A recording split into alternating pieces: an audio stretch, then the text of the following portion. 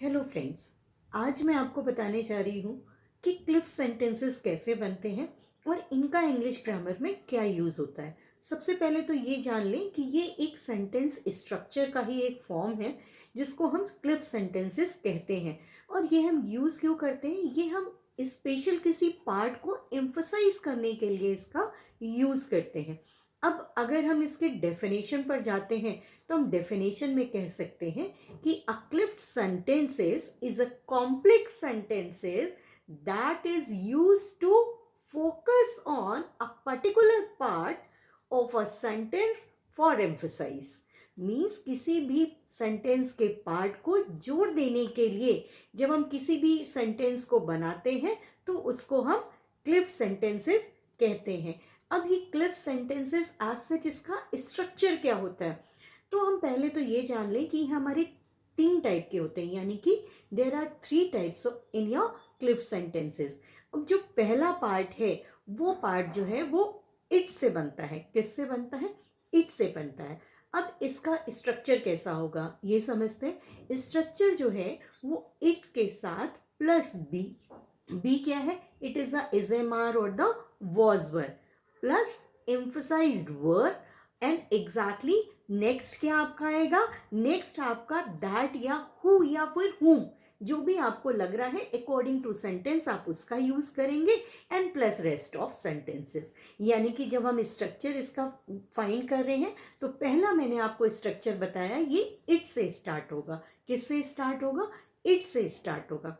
अब इसको एक नॉर्मल सेंटेंसेस से समझते हैं। अब नॉर्मल सेंटेंस में हम सिर्फ एक बताते हैं आपको कि Ravi won the match. Ravi won the match. अब इसको हम क्लिफ्ट में कैसे चेंज करेंगे?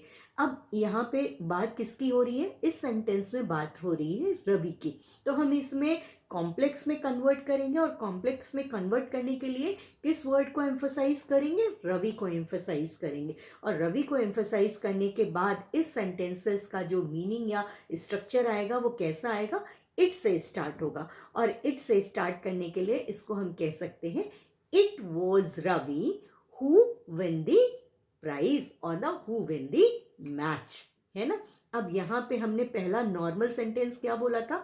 नॉर्मल सेंटेंस बोला था रवि विन द मैच। और यहाँ मैंने क्या बोला? यहाँ मैंने बोला इट वॉज रवि।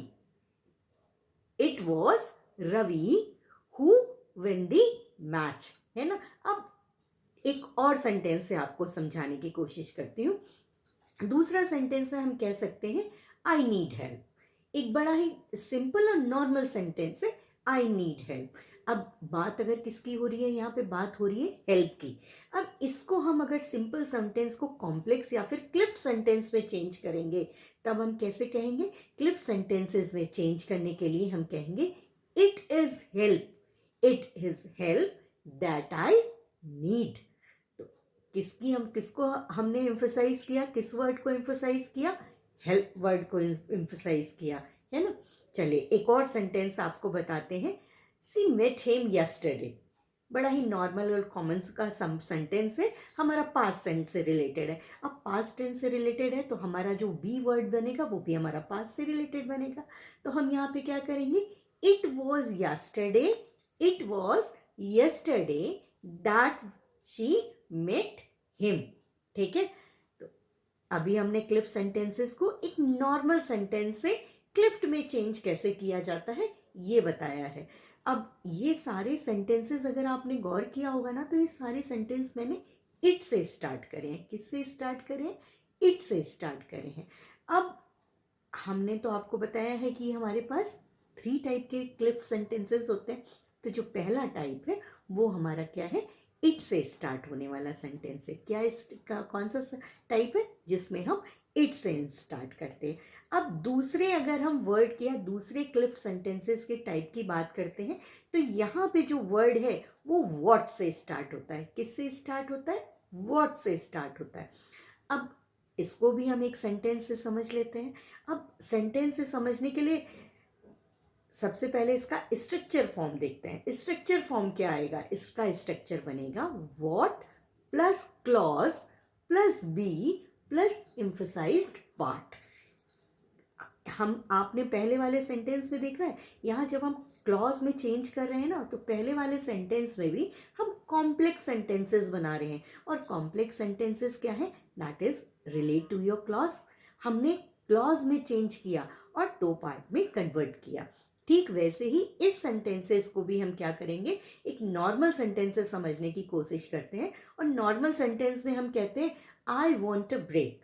एक बड़ा ही सिंपल सेंटेंस, एक normal sentence, I want a break. अब इसको क्लिफ्ट में कैसे चेंज करेंगे? क्लिफ्ट में चेंज करेंगे, what I want is a break. क्या चेंज किया मैंने? What I want is a break. यानी कि सीधा सीधा किस में चेंज हो गया? ये क्लिफ्ट सेंटेंसेस में चेंज हो गया। और हम इसे कॉम्प्लेक्स सेंटेंसेस भी कहते हैं। अब एक और चलिए इसे समझते हैं। यू शुड प्रैक्टिस स्पीकिंग, बड़ा ही नॉर्मल सेंटेंस है, यू शुड प्रैक्टिस स्पीकिंग। अब इसको अगर हमें एम्फेसाइज करना है तो हम किस वर्ड पे एम्फेसाइज करेंगे? प्रैक्टिस स्पीकिंग पे, है ना? तो हम इसे कैसे कहेंगे? इसको कहने के लिए हम कहेंगे what you should do is practice speaking. क्या कहेंगे? What you should do is practice speaking. अब तीसरे टाइप का जो हमारा क्लिफ सेंटेंस है वो हमारा ऑल से स्टार्ट होता है। पहला सेंटेंस मैंने आपको इट से स्टार्ट करना बताया, दूसरा सेंटेंस मैंने आपको व्हाट से स्टार्ट करना बताया। अब ये जो थर्ड टाइप है इसमें हम ऑल वर्ड से स्टार्ट करते हैं। किससे स्टार्ट करते हैं? ऑल वर्ड से स्टार्ट करते हैं। अब अगर हम ऑल वर्ड से स्टार्ट करेंगे तो इसका स्ट्रक्चर क्या होगा? इसका स्ट्रक्चर होगा all plus clause plus be and plus emphasized part. यानी कि all plus clause plus be and plus emphasized part. अब इसको भी एक नॉर्मल सेंटेंस से समझते हैं। नॉर्मल सेंटेंस में हम कहते हैं आई नीड सपोर्ट। एक बड़ा ही कॉमन और बड़ा ही normal sentence, I need support. अब how to change it into a cleft sentences? इसको हम चेंज करेंगे, all I need is support. All I need is support. आपने बी वर्ड देखा कैसे लग रहा है? बी वर्ड, अब मैंने नॉर्मल सेंटेंस बोला है I need support, present indefinite tense है।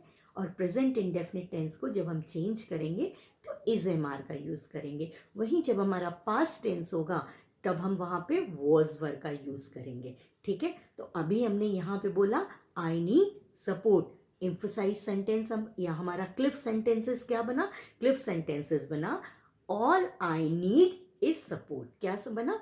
All I need is support. चलिए एक और आपको सेंटेंस समझाती हूँ, उम्मीद करती हूँ आपको समझ आ रहा होगा। और अगर समझ रहा है तो प्लीज़ मुझे लाइक शेयर और कमेंट करना बिल्कुल नहीं भूलिए। और प्लीज़ मेरे चैनल को सब्सक्राइब जरूर करिए। अगर आप सब्सक्राइब कर लेंगे ना तो आपको मेरे जितने भी न्यू वीडियोज़ हैं आपको मिलने लगेंगे और आप फिर पढ़ना सीख जाएंगे, है ना? और कहीं ना कहीं हम लोग भी बूस्ट होते हैं इन सब चीज़ों से।